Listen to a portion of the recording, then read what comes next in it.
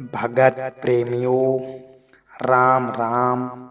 सत्य साहिब अपने YouTube channel शब्दों का माया जाल में आपका स्वागत है।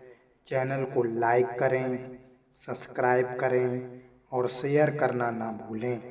भगत प्रेमियों, सत्संग को पूरा सुनें ताकि सभी प्रश्नों के उत्तर समझ में आ सकें।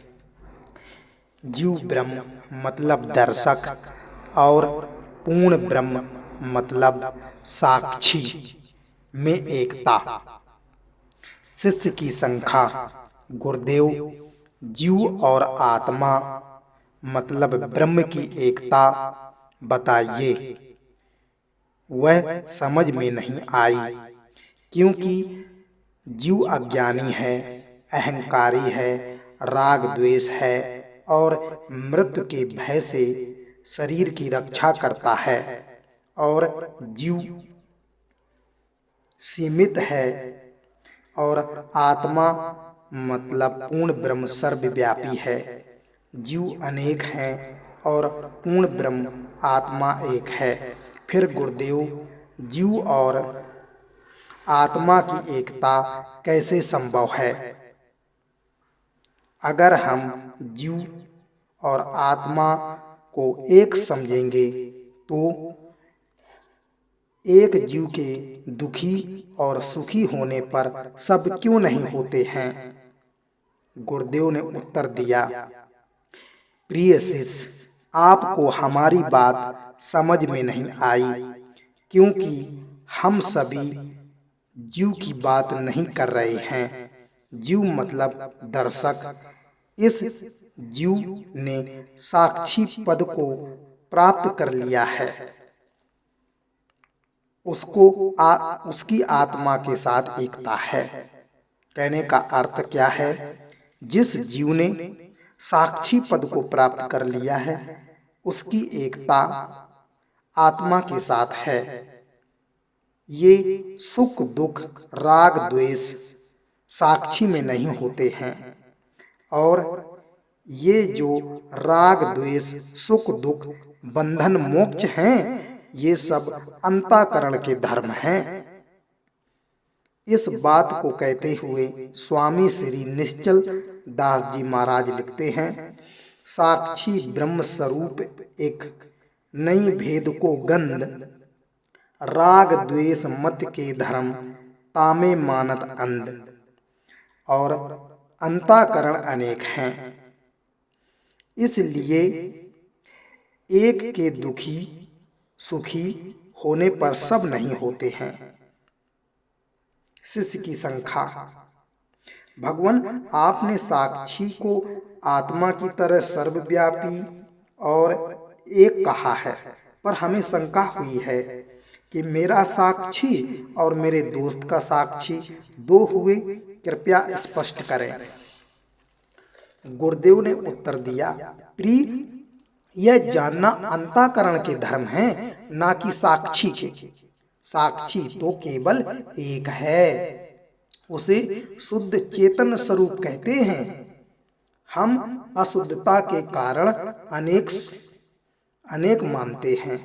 जैसे उदाहरण के रूप में महाआकाश एक है, किंतु हम घड़े के अंदर घट आकाश को देखते हैं तो भ्रांति हो जाती है।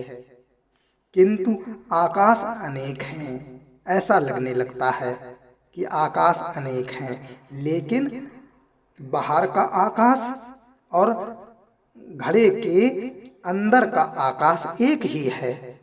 जो हमें घड़े में आकाश और घड़े के बाहर आकाश दो समझते हैं, यह सब अंतःकरण की भ्रांति है। परंतु साक्षी एक है। अंतःकरण सभी के भिन्न भिन्न हैं। अंतःकरण के पार साक्षी है जो शुद्ध चेतन है, वह तो सब में एक है। परंतु शुद्ध चेतन की तरह सदैव निर्विकार तथा सदैव अचल रहना है। यह साक्षी के पार पार ब्रह्म परमात्मा है। गीता अध्याय 2 के श्लोक नंबर 51 में श्री कृष्ण कहते हैं, सम बुद्धि से युक्त ज्ञानी जन कर्मों से उत्पन्न होने वाले फल को त्याग कर जन्म रूपी बंधन से मुक्त हो निर्विकार परम पद को प्राप्त हो जाता है। शिष्य बोला, गुरुदेव मोक्ष और परम मोक्ष में क्या अंतर है? गुरुदेव ने उत्तर दिया, मोक्ष का अर्थ है शब्द में समाना। जाप मरे अजपा मरे अनहद भी मर जाए, सुरत समानी शब्द में वाको काल ना खाए। लेकिन भगत प्रेमियों अकाल से नहीं बच सकते हो। अकाल से बचने के लिए निशब्द में समाना होगा। आत्मा के पार जाना ही महात्मा बुद्ध ने अनात्मा कहा है। धर्मदास कबीर साहब कहते हैं, धर्मदास वहां वास हमारा, काल अकाल पावे ना पारा। इसको परम मोक्ष कहते हैं। काल अकाल के पार परम मोक्ष है। सृष्टि से पहले परमात्मा कहाँ था? शिष्य का प्रश्न। गुरुदेव, सृष्टि के पहले परमात्मा योग में स्थित था, सदा स्थित। कुछ दर्शन शास्त्रों के अनुसार परमात्मा सदा योग में स्थित है, क्योंकि वह समय और अवस्था से परे है। गीता अध्याय 2 के 48 श्लोक में श्री कृष्ण ने अर्जुन को योग में स्थित होने को कहा। तू आसक्ति को त्याग कर तथा सिद्धि और असिद्धि में समान बुद्धि वाला होकर योग में स्थित हो जा। शिष्य का अगला प्रश्न, गुरुदेव निर्विचार कैसे हुआ जाए? गुरुदेव ने कहा, निर्विचार को जानने से पहले यह जानना है कि विचार में हम कैसे फंस गए। यह चेतना मतलब सूरत ने मन रूपी वाहन, बहुत ध्यान से सुनना भगत प्रेमियों, मन रूपी वाहन में सवार हो गई। कौन सवार हो गई? चेतना। चेतना किसमें सवार हो गई?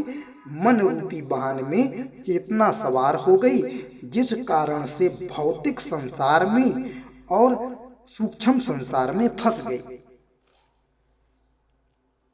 सूक्ष्म संसार में ये फंस गई। अगर यह सूरत मन रूपी वाहन को छोड़कर अमन रूपी वाहन को पकड़ ले तो यह अचल हो जाएगी और मुक्त हो जाएगी। भगत प्रेमियों, फिर शिष्य की शंका, गुरुदेव अमन रूपी वाहन को सूरत कैसे पकड़ेगी? गुरुदेव ने कहा, अमन रूपी वाहन को समझने से पहले यह जानना जरूरी है कि सूरत ने मन रूपी वाहन को कैसे पकड़ लिया। तो गुरुदेव कहते हैं, स्मृति मतलब अवचेतन मन में विचार का संग्रह है और विचारों के कारण सूरत ने मन रूपी वाहन को पकड़ लिया और सवार होकर यात्रा करने लगी, जो चल अवस्था है। यही बंधन का कारण है। इसको आसार शब्द कहते हैं। क्या कहते हैं? आसार शब्द। लेकिन भगत प्रेमियों, जब अमन रूपी वाहन में सूरत सवार होती है, तब गुरुदेव ने क्या कहा कि अमन रूपी वाहन में सूरत कैसे सवार हो। तो विचार को छोड़ करके अमन रूपी वाहन में सूरत जब सवार होगी तब शांत और अचल हो जाएगी। जिसे सार शब्द साधन कहते हैं। कहने का मतलब क्या है कि ये मन रूपी जो साधन है, मन रूपी जो वाहन है, इसमें सूरत सवार हो गई है, जिससे ये भौतिक जगत और सूक्ष्म जगत में यात्रा कर रही है और ये चल अवस्था में है। लेकिन यही सूरत अगर अमन रूपी वाहन को पकड़ लेगी, अमन रूपी वाहन में सवार हो जाएगी तो यह शांत और अचल हो जाएगी, जिसे सार शब्द साधन कहते हैं। शिष्य की शंका। गुरुदेव, आशा से परमात्मा प्राप्त नहीं कर सकते हैं, ऐसा क्यों? गुरुदेव ने उत्तर दिया, आशा और निराशा दोनों से परमात्मा नहीं प्राप्त कर सकते हैं।